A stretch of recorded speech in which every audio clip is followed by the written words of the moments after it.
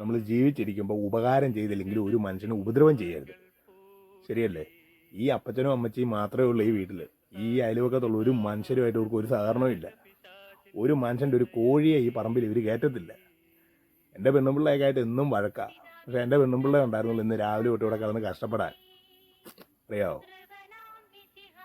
ഞാനാണ് ഉച്ചയ്ക്ക് ചോറ് പോലും ഉണ്ണാതെ ഇവിടെ വന്ന. അവർ നമ്മളോട് ചെയ്തത് നമ്മൾ തിരിച്ച് ചെയ്ത. അവരും നമ്മൾ തമ്മിൽ എന്നാ അറിയാം വ്യത്യാസം ഇരിക്കുന്നത്. ഇങ്ങനെ ഒരു മരണമോ എന്തെങ്കിലും ഒരു ആപത്തൊക്കെ വരുമ്പോഴാണ് മനുഷ്യരുടെ സഹകരണം നമ്മൾ മനസ്സിലാക്കേണ്ടത്. ശരിയല്ലേ? മക്കൾ പോലും അവിടെ ഇരുന്ന് കരയുന്നില്ല, ചുമ്മാ പാട്ട് വെച്ചേക്കുക. ഒരു 30 പേർക്കുള്ള ചോറും കറിയും കരുതിയാൽ മതി. ഇവരിവിടെ അങ്ങനെ ജീവിച്ചതെന്ന് വരുന്നവർക്ക് അറിയത്തില്ലല്ലോ. ദൂരദേശത്തു നിന്നൊക്കെ മരണവാർത്ത അറിഞ്ഞ് കയറി വരുന്നവരാ. അവരാണെങ്കിലും പറയല്ല എന്നാ നാട്ടുകാരാണ് ഇവിടെ കിടക്കുന്നതെന്ന്. ആ മാവിൻ്റെ കമ്പ് വെട്ടിയിട്ട് ആ കയർ അതിലോട്ട് വലിച്ചു കേട്ട് ഇട്ടത്. പെട്ടിയൊക്കെ രാവിലെ വാങ്ങിച്ചാൽ മതി കേട്ടോ. തിരിച്ചനായിരിക്കും.